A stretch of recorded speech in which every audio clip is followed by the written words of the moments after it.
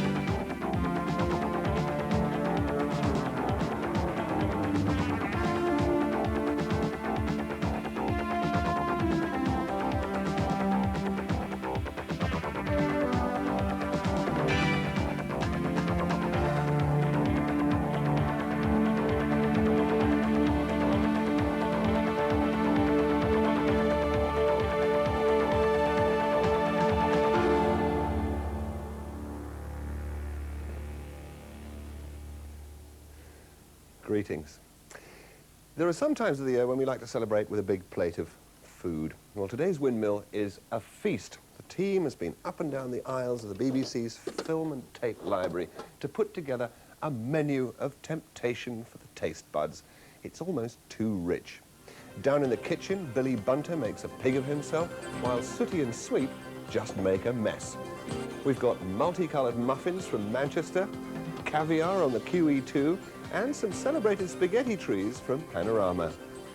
There are famous faces in the Frost Report and familiar faces from tonight. And our special guest with a few memories of his own is nutritionist and broadcaster Dr. Magnus Pyke. We start with catering's answer to Genghis Khan, Basil Fawlty. For Basil, it's the usual catalogue of chaos. He's hired a new haute cuisine chef, Kurt, and has invited some local worthies to a gourmet dinner. Only 4 have shown up. Kurt has drunk himself unconscious, and Basil has rung the local restaurant in desperation to try and get his 4 patient customers a takeaway. John Cleese and Prunella Scales. They're ready to order, Basil. Well, stall them, stall them. What? Stall them, you stupid woman. Tell them some lie. What's happening? Shh! You just tell me what you're doing. We gotta change the menu. Why? Why? Listen, he's out there. He's out. He's flat out. So Andre's, Who is? What? Who is out? Kurt, who do you think? Henry Kissinger? What do you mean out? He's drunk. Drunk. Drunk, soused, potted, inebriated. Got it? I don't believe it. Neither do I. Perhaps it's a dream. No, it's not a dream. We're stuck with it. Right. Andre's doing the cooking. I'll collect it in the car. What's he cooking? Duck. Duck? Duck. Duck? You know, duck.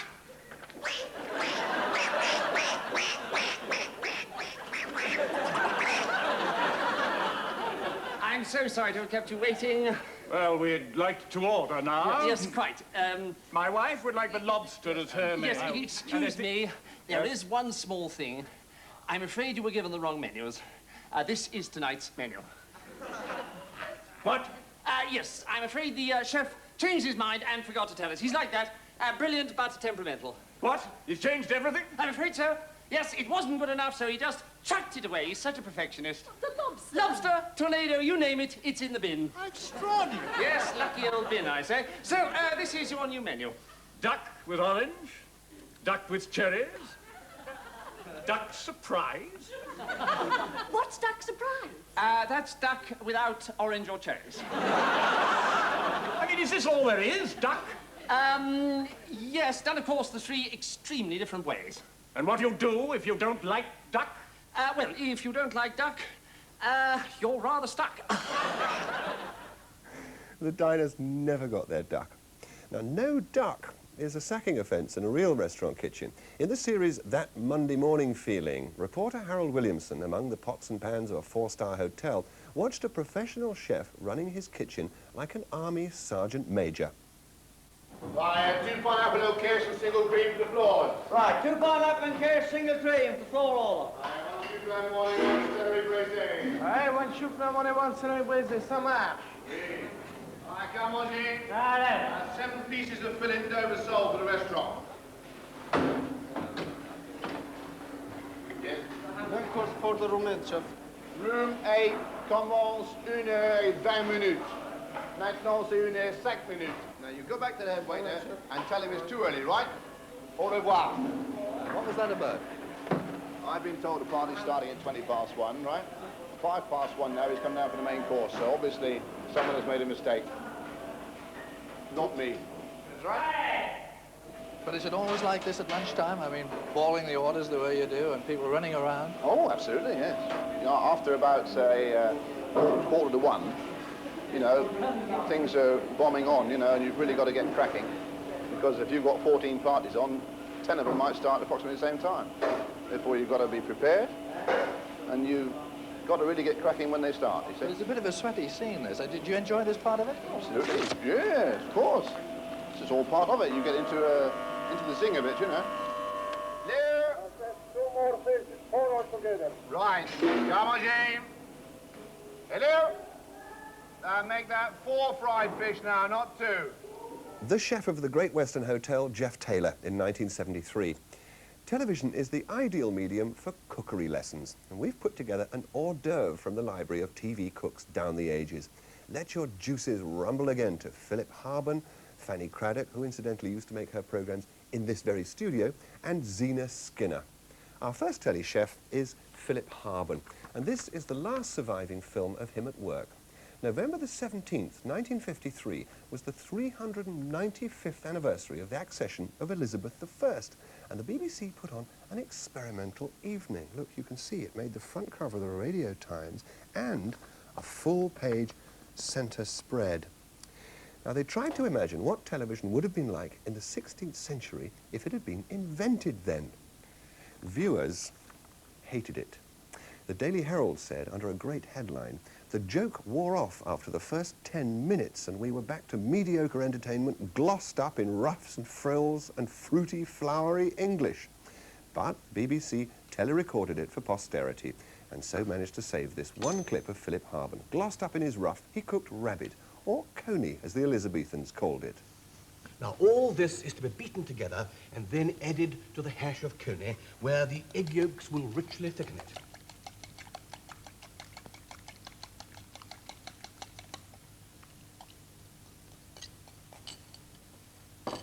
All must be stirred well. And now, I shall return the hash to the fire, and there it will keep hot, and there it will thicken. Now, Fanny Craddock from 1966.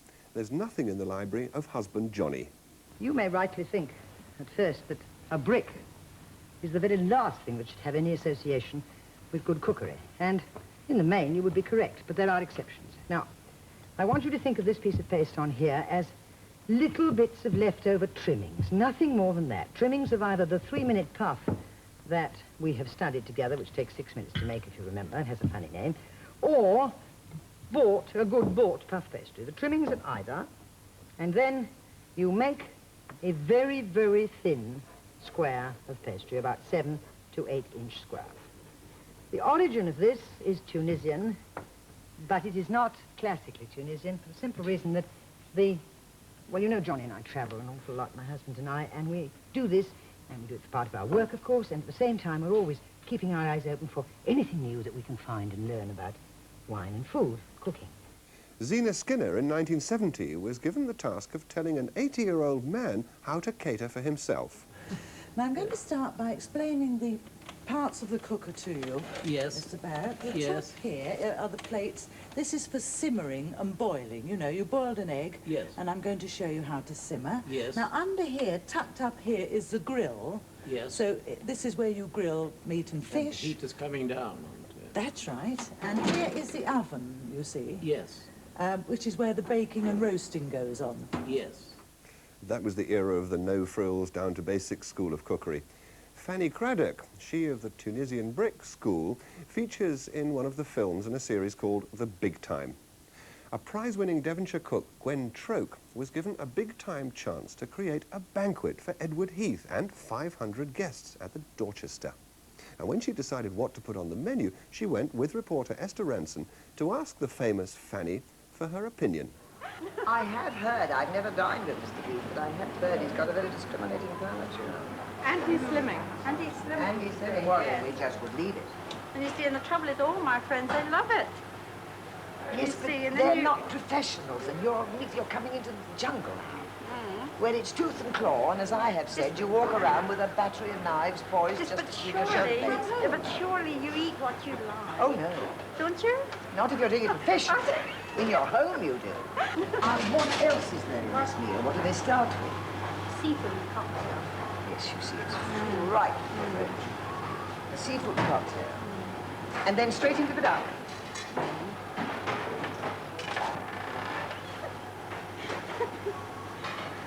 It's a three-course luncheon, you say, isn't it? Yes. And there's one rich star. There is one open down, and there is one wine rounder offer. But two of those, dear. Is that too much, do you think? Too rich? No. Well, what would you suggest? I wouldn't do it. I would never serve a seafood cocktail or a seafood or crêpe farcie au fruits de mer before a duck. Never in a million years. What is the sauce of the duck? We had fun with a bramble. That's what I did. What is a bramble? Blackberry. With duck? That's what I did for the cook of the realm. You know, Yes, dear, but now you're among professionals. And you want, I want to take care of it. Bramble jelly. It's used for melting down for brushing flans, my lovely. Yes, but you make it, you have lemon. There's lemon in it. A lemon jelly. Not a lemon jelly and... I should leave that to you, Shay. All these jams, they are so English. What's wrong with being English? What's wrong with being English? Well, I'll tell you, my darling, that the English have never had a cuisine. But surely... There's nothing English. Yorkshire pudding came from Burgundy. It's la gougère bourguignon is the original Yorkshire pudding. And the What about Devonshire pasty? Cornish pasty. A Devonshire. Or Devonshire. Fanny Craddock, never one to mince words, adding a bit of spice to the big time. Now, we've had standby items on Windmill before. Live programmes keep them on hand, just in case there's a technical breakdown. And there's even a specially written page of script to introduce them. This one was actually shown in the 24 Hours programme in 1969. Now, you can see the original production assistant's markings and a reference to Ken's apology. Now, Ken is Kenneth Alsop, who'd failed to raise Robin Day at the Liberal Party Assembly in Brighton. He cued the standby with these words.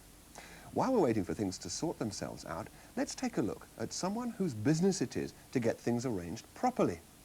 A master of Chinese noodles whose style, we think, has some relevance to the way we put 24 Hours together.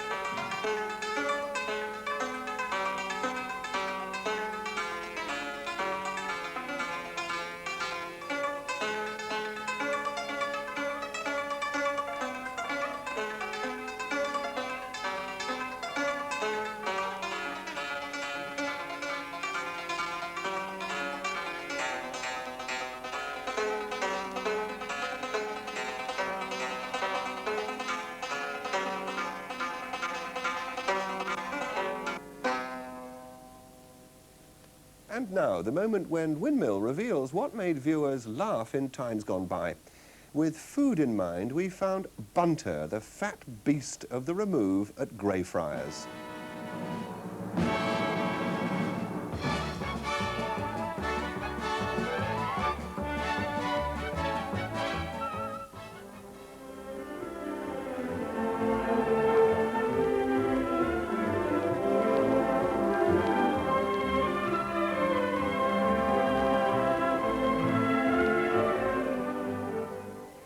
we've joined together two short bits of Billy Bunter from 1956 and 1960 to show partly his desperate craving for fattening food, which wouldn't make it past the fibre-minded planners these days, and partly the gosh chap's public school language.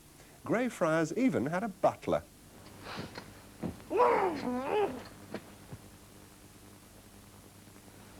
I say, you fellows. Oh, pack it up, Bunter. We want to go to sleep. Well, I say, you fellows, I'm starving. Well, I've had nothing to eat since I got here, except a pork pie I found in Bernard Smith's study and a cake I found in Cherries and some donuts and some chocolate eclairs and some toffees and a few sausage rolls. You must be famished, then. Yes, I am. I say, you fellows got anything up here in the dorm? No. Stick of toffee? No. Bag of bullseyes? No.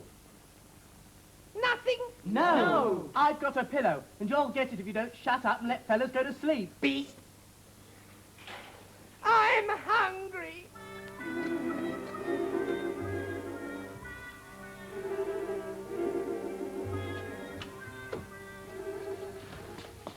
Oh?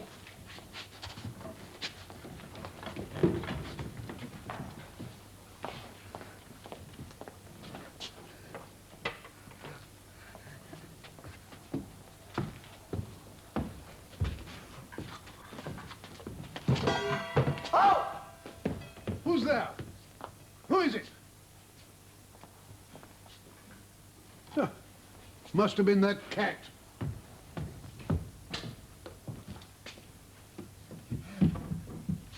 Grub! Oh, crikey! Oh, pie!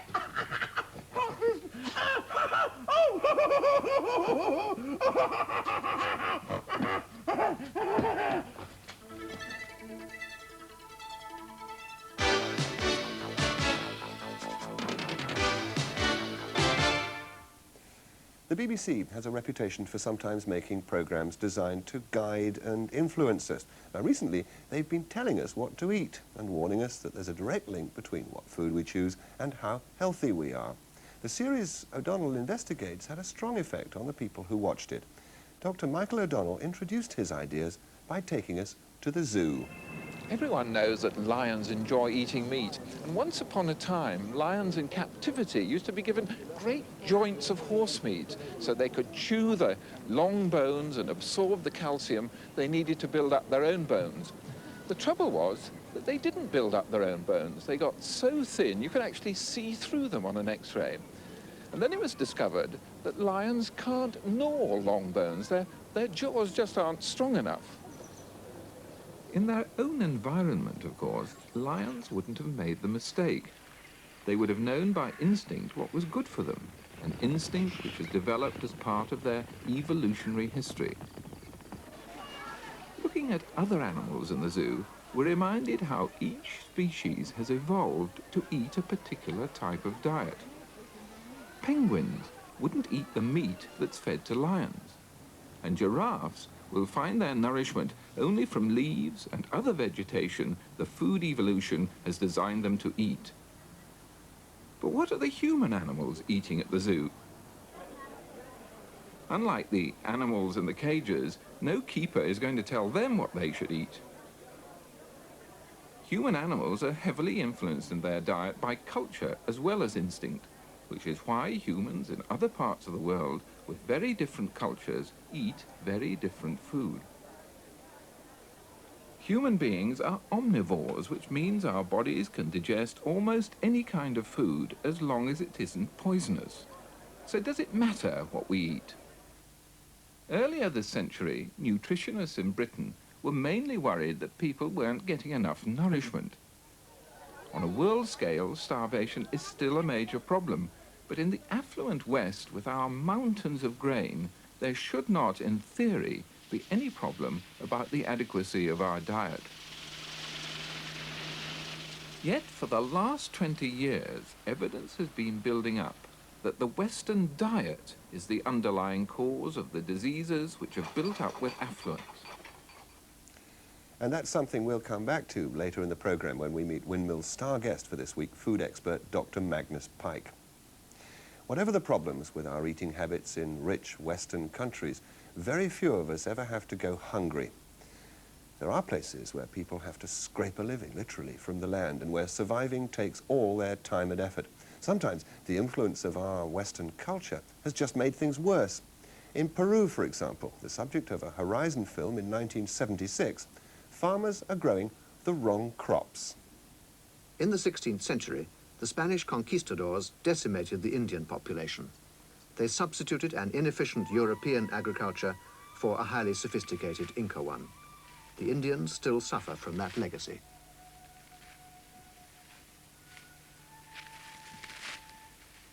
Imported crops like wheat are not native to the Andes and grow badly. Threshing techniques like these were in use in Europe before the time of Christ. Bread and noodles, both made from wheat, are the basic foods of the poor. Peru imports half its wheat at increasingly high prices. The Incas were a mountain civilization. Their staff of life was not bread, but the potato, a native plant highly adapted to the severe conditions of altitude, drought, and frost in which they grow. The potato could be the key to feeding Latin America, but it has not been profitable as a cash crop, and so the cultivation has remained antiquated.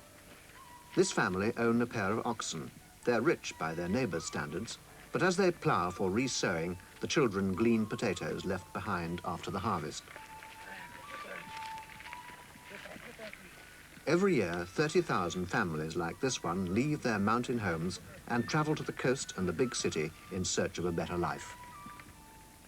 And their better life turns out to be desperation and squalor in shanty towns.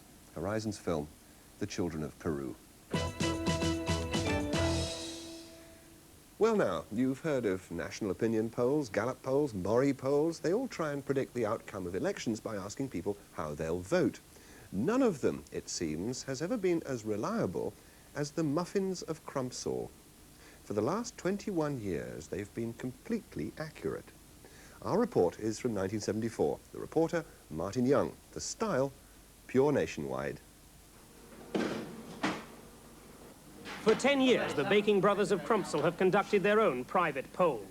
For 3 weeks before every general election, their ovens have swelled with Liberal, Tory, and Socialist muffins. They come in pastel shades of yellow, blue, and red. And today, the muffins are making their way to what could be their most important electoral decision ever.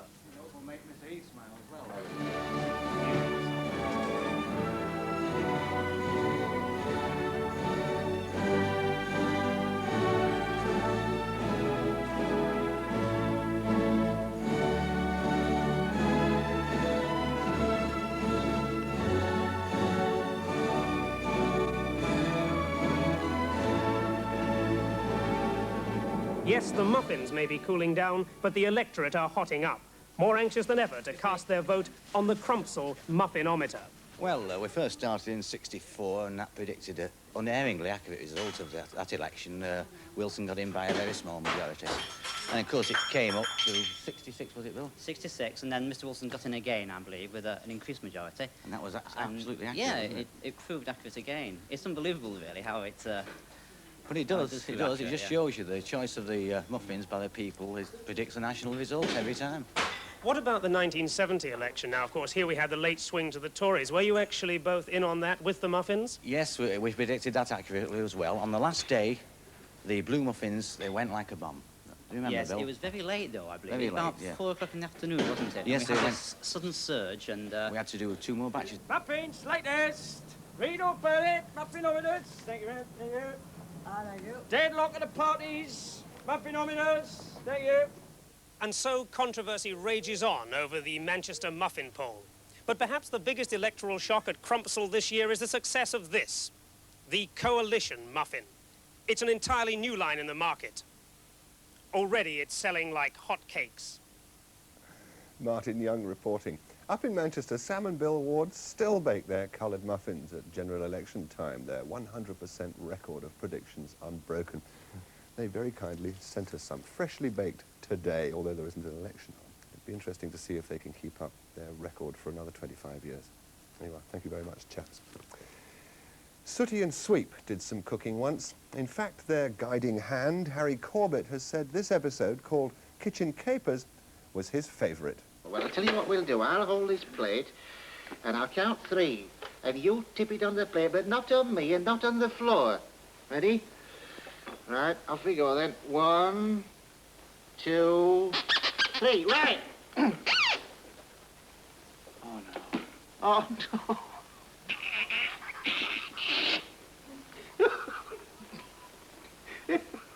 Oh, no. Sweet, whatever you're going to do, just don't do it. No, Sweet, don't.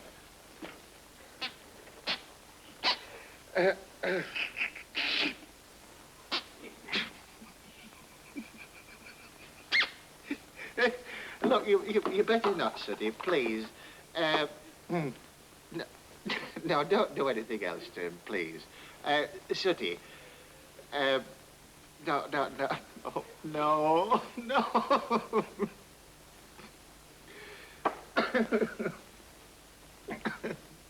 You may as well finish it off. Go on.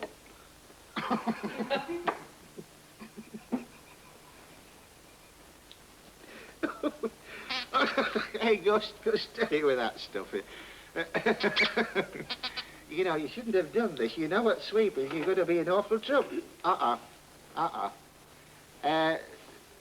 Sweep, I wouldn't. No, don't, please. No. Oh.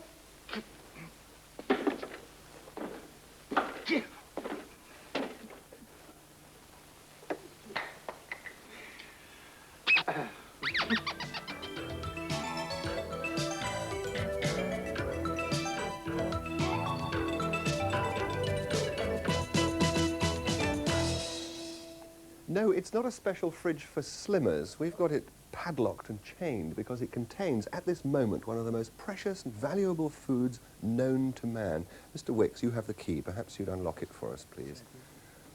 Because I'm going to taste its precious contents.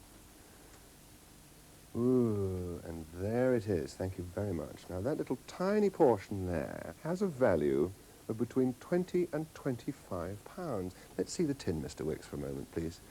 Now, look at this. This is a lot smaller than the average tin of cat food. To buy that, you would have to spend between 100 and 150 pounds just for that. It's caviar we're talking about, and I'm going to eat some now. 1 spoonful would cost about 5 pounds, and I'm going to eat it all at once. I've been looking forward to this all day.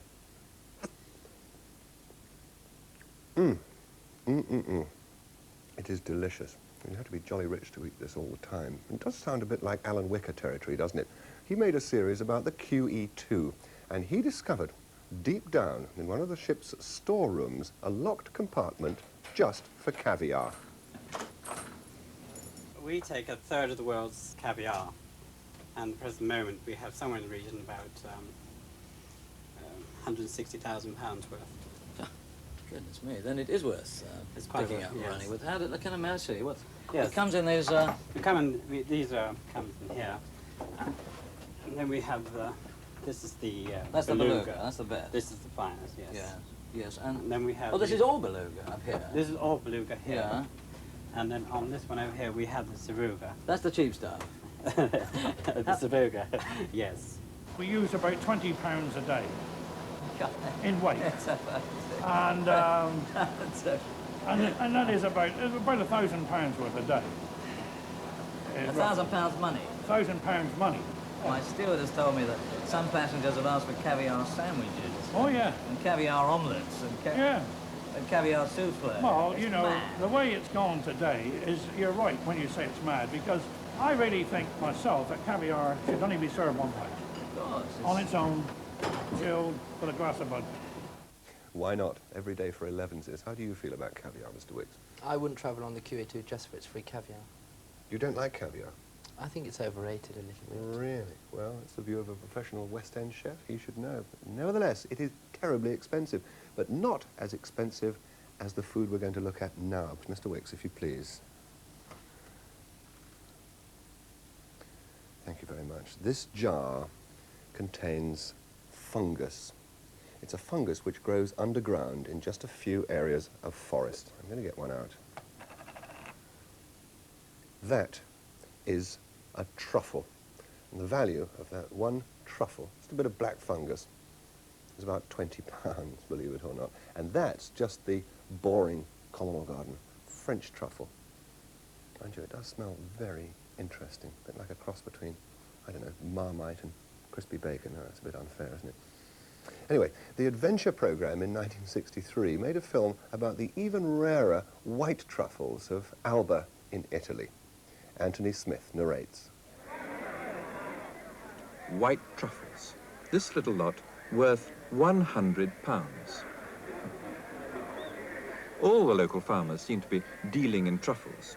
Provided you know the secret, there are no production costs. But what is the secret?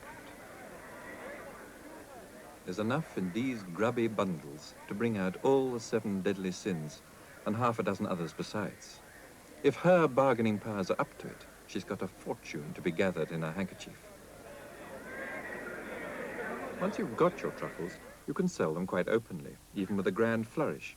But the actual finding and collecting is done with an equally intense secrecy. Early in the morning, before anyone else is about, 2 friends may start out on a truffle hunt. But when they reach the forest, they will soon part company. Where to find the best truffles is something even your best friend can't be told. Fathers, more often than not, refuse to reveal their knowledge to their sons. They may go so far as to leave a map of the likely spots behind in their will.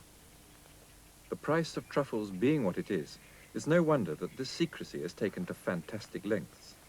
Some men will train their dogs to hunt by night, helped only by the shaded glimmer of a small torch. Rumour has it that they usually happen in dry and sandy soils and in shrubby places, particularly after an autumn thunderstorm. A magnificent white truffle, smooth, round, and of the finest quality. Buono, eh? Sì, sì, è buono, tartufo. Now for Windmill's look behind the scenes of television.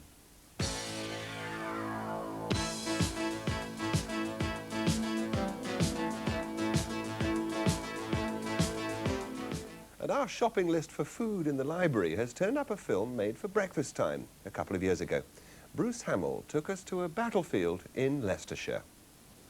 A summer's day, 1645. England is at war with itself. The opposing armies of Cromwell and Charles I fight running battles across the country. At Arnscote Castle, home of royalists Sir Martin Lacy and his family, a Roundhead force is poised for the final assault, the coup de grace, which will end a protracted siege. Though it looks authentic, this is actually the location fought by the sword divided. And in mid-battle, everything stops because it's breakfast time. Feeding an army its breakfast is a centuries-old problem which was often solved in the past by a bit of rape and pillage. But these days, it's the job, on films at least, for the location caterers, managed in this case by Len Needer.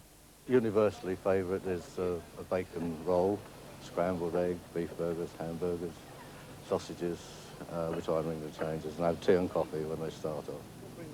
Len's company has served up the scrambled eggs on some major productions in its time, Bridge on the River Kwai, Young Winston and Octopussy, to name but a few. But one of their biggest challenges was Gandhi, looked after by Tom Watson. Well, we did Gandhi, yes. We had the job of sort of arranging it, but basically we were feeding, like, the actors, the English unit and the Indian unit, so our figure, personally, never exceeded something like 500 to 600. But we did have to have a hand in feeding. Actual fact, I think the biggest call on Gandhi was 750,000. Actual fact, Gandhi averaged 6,000 people per day for its whole entire length. This is nice. It's nice to see Greenfields talk, talk English, don't have a language problem, and have no problems with supplies. Yeah, this is a very nice change. A pretend English army, like all armies, marches on its stomach. And this one is certain to be a good bit less hungry than its genuine forebears. Do you find that civil wars give you a hearty appetite? Oh, So, what did you put away for breakfast? I had a scrambled egg butty and a bacon butty and about 8 cups of coffee, I think. Oh, I always start with a plate of soggies. You've got to have soggies. What are first. soggies? Cornflakes, Weetabix, puffed wheat, you name it. Don't forget the grease burgers. Oh, yeah. Grease burgers, yeah. Grease burgers. Don't forget. Do you find that slows you down a bit when it comes to the fighting? Oh, no, when there are people chasing, I run fast. Really? Yes. Isn't that, well, it all seems a bit rich to me for a Puritan breakfast. It was Puritan. It was Puritan, yeah. My religion's, young man, are between me and my conscience. An army marches on its stomach. With a breakfast like that in it, a gentle stroll would be more to the point. Now we turn the tables on you. It's home movie time.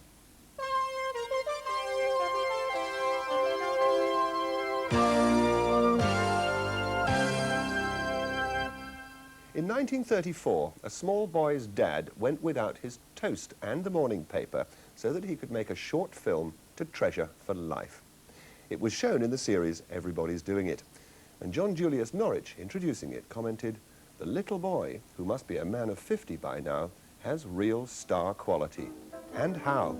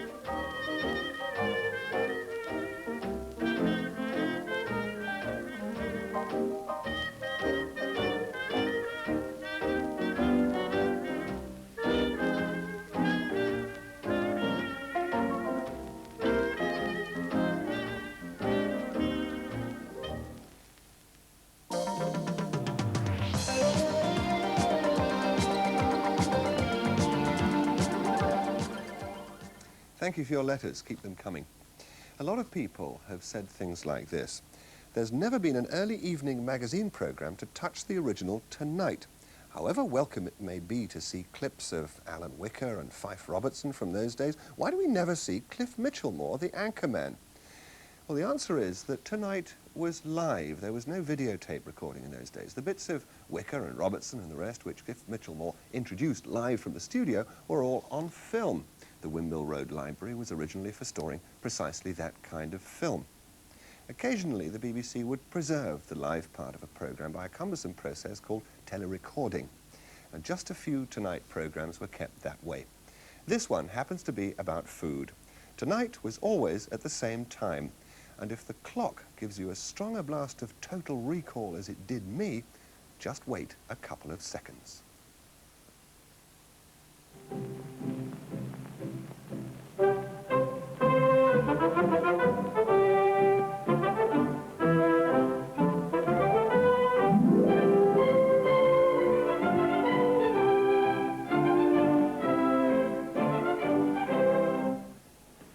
Now let's take the subject of food one step further. There's at least one edible item on view at the food fair today which may have been a source of puzzlement to some of the people who saw it. Surprisingly enough, it seems that some people in the country of its origin aren't too sure about it either. This is George Square in the heart of Glasgow. Up there, Sir Walter Scott. Over there, Robert Burns. Away in the corner, James Watt, the famous Scottish engineer. And a host of other figures whose names spring to mind whenever you think of Scotland. But wandering round the square, it strikes me there's a gap. There's no memorial to perhaps the most famous of all the symbols of Scotland, the haggis. What then is the truth about the haggis? And is it as near to the Scots' heart as we're always led to believe it is? Do you often eat haggis? Oh, I did at one time, but now I've just stopped it now. Why? Well, it got such a hold on me that I had to lay off it. I just couldn't work unless I had some haggis. I don't know how it happened, but it just did. What is the thing that attracted you about haggis? The taste of it. I just couldn't do anything unless I ate the haggis. I don't know how it happened, but it just, maybe it's something that I've got, but I just eat, I love the haggis, but I've laid off it now. Do you think you'll ever go back on the haggis? Oh, well, you know, it's like drink. The haggis with me, it's like drink with other people. No, I've stopped it now. I've reformed. But it was really bad when I had it. John Morgan with just a glimpse there of the tongue-in-cheek style of reporting which made Tonight famous. 1960 that was. Several people have asked for the Spaghetti Tree film from Panorama.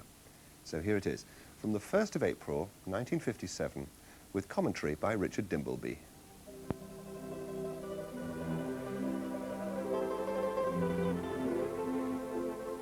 It isn't only in Britain that spring this year has taken everyone by surprise. Here, in the Ticino, on the borders of Switzerland and Italy, the slopes overlooking Lake Lugano have already burst into flower, at least a fortnight earlier than usual. But what, you may ask, has the early and welcome arrival of bees and blossom to do with food? Well, it's simply that the past winter, one of the mildest in living memory, has had its effect in other ways as well. Most important of all, it's resulted in an exceptionally heavy spaghetti crop. The last 2 weeks of March are an anxious time for the spaghetti farmer. There's always the chance of a late frost, which, while not entirely ruining the crop, generally impairs the flavor and makes it difficult for him to obtain top prices in world markets. But now these dangers are over, and the spaghetti harvest goes forward. Spaghetti cultivation here in Switzerland is not, of course, carried out on anything like the tremendous scale of the Italian industry. Many of you, I'm sure, will have seen pictures of the vast spaghetti plantations in the Po Valley. For the Swiss, however, it tends to be more of a family affair. Another reason why this may be a bumper year lies in the virtual disappearance of the spaghetti weevil, the tiny creature whose depredations have caused much concern in the past. After picking, the spaghetti is laid out to dry in the warm alpine sun. Many people are often puzzled by the fact that spaghetti is produced at such uniform length. But this is the result of many years of patient endeavor by plant breeders who've succeeded in producing the perfect spaghetti. And now, the harvest is marked by a traditional meal.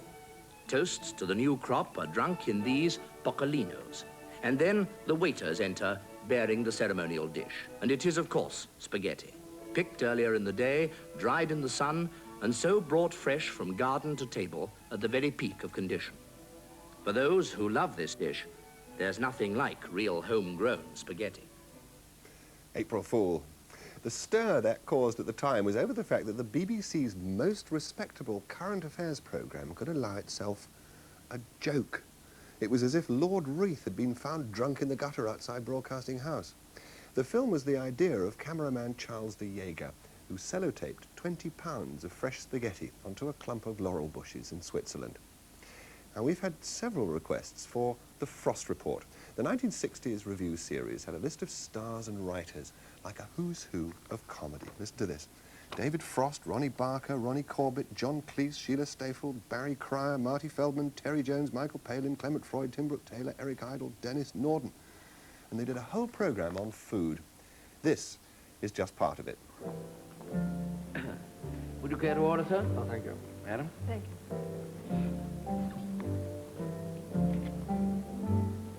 Oh, you go ahead. Oh, fine. I think I'll begin with a little Dubrovnik caviar with just a twist of lemon.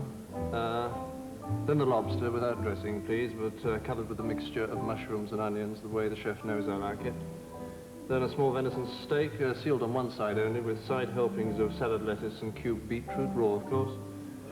After that, the Coupe Jacques and a small cup of Brazilian coffee, not the Cuban, and a glass of Courvoisier 21. Thank you, sir. Sure. And madam? I'll have a plain omelette. Sounds rather nice. Do you mind if I change?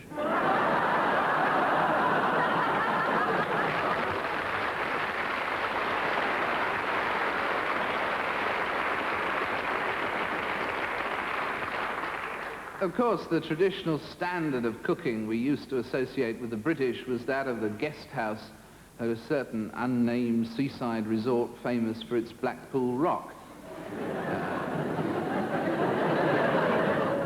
Clacton, where where the landladies traditionally ask as they serve the gravy, 1 lump or 2. That's how it used to be. France had Escoffier, Britain had King Alfred. Both cuisines seemed to belong to a pampered foreign way of life, obsessed with trivialities like food and art and sex. But after Suez and all that, it dawned on the British that they had no need to be badly fed anymore. If they couldn't be great, then at least they could start enjoying their food. Even the service improved. I was at a restaurant just by the studio yesterday. A woman at the next table ordered tongue. But when it arrived, she took one look at it and said, "Tongue? Tongue? I could never eat anything that came out of an animal's mouth." So the waiter took it away and brought her a boiled egg.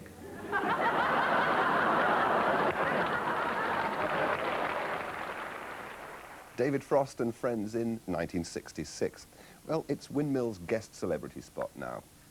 Here comes the car.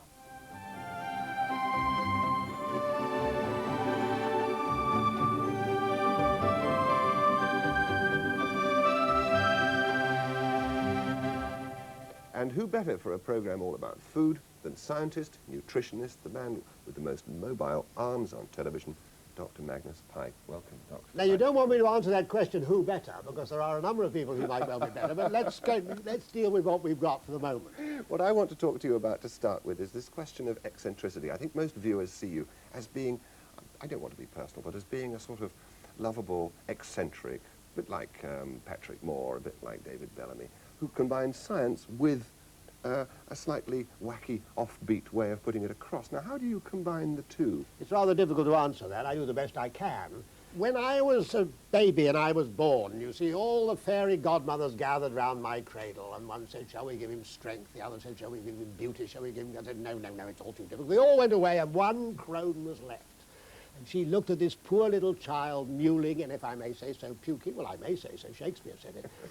And she said, "Well, we must give him some gift." And the gift that she gave me, that I am not at all self-conscious. Well, we've got an example of a very distinct lack of self-consciousness with you and Patrick Moore singing a song together. Oh, dear. Well, the credit I can take, we only did it once. They did ask us to do some other one. And although I wrote the libretto... Did you? Yes, yes, yes. I had the diffidence not to go any further with it.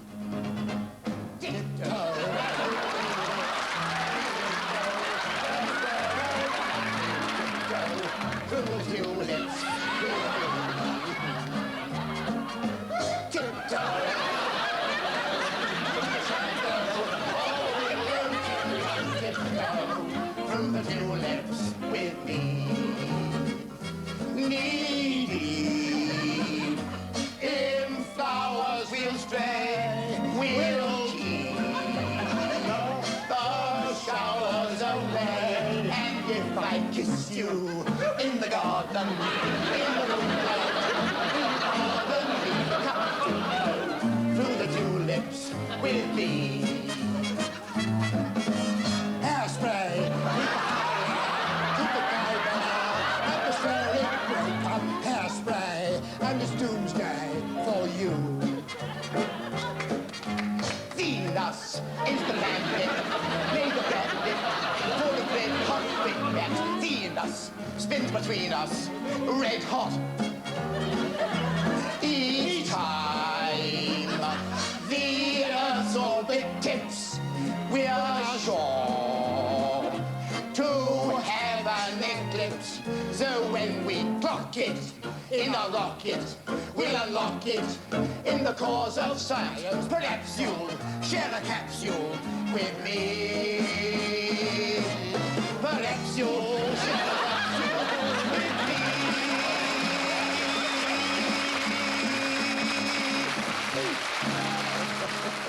Oh dear, oh dear, oh dear. Now you can look on the me who rhymed crapsule with capsule. Absolutely, I was going to say that is one of the great rhyming bits of all time, isn't it? That's Only tremendous. once, I'm glad to say that. Now, during the war, when food was a very serious issue because it was in terribly short supply, you had quite a responsible job, didn't you, in organising how we ate? Well, I was a member of the Scientific Advisors Division of the Ministry of Food, the team with Professor Sir Jack Drummond, who was the scientific advisor. And one of my first jobs was actually to study the nutritional adequacy of prison diets. I mean, there I was being frivolous, but I spent 3 weeks in Dartmoor. Did you really? That's a record short stay. Now, you also ran the risk of alienating every single dog lover in the country, and that's the source of our next clip, where you told a story to Parkinson on the Parkinson show a few years ago. I was in the Scientific Advisors Division of the Ministry of Food during war. You were how old are you? I can't remember. But anyway, during the war, we had our backs to the wall. We were fighting the Germans. I always have to remember who we're fighting. It might have been somebody else. The Russians were our allies. You have to be very careful about this. And somebody or other in the Scientific Advisors Division, we had 50 million people to feed. You see, in this island, backs to the wall, you know, guns at the ready. I was in the Home Guard, too. And I rose to the rank of lieutenant. You'll never believe this. And somebody said, with all these 50 million people, we have almost as many dogs. And then they calculated about the mean dog. Now, I'm not going to crack a joke about the mean dog. I mean the average dog. The average dog must be eating so many calories and so on. Now, they must be. Keep them going. They were all fittles. Yes, that's right. And they must eat millions and millions of tons of food. Now, the calculation went. Suppose we are fighting, you see, the Germans, and the dogs bite very few Germans, so they weren't really contributing to the war effort much. Now, you see, suppose all this food we used for feeding chickens, it was calculated, you get extra eggs, which would give you 1.6 more eggs on the priority meat ration for each expectant mother in Britain, and there would be a once and for all issue of sausages on the points ration. Excellent. Michael Parkinson in 1974. Now, you do have a mission to get science to a wider public, don't you? Why is that? Well, science does enter into every aspect, virtually every aspect of our life, of society. And yet there are people particularly not only who are totally ignorant of what science is about.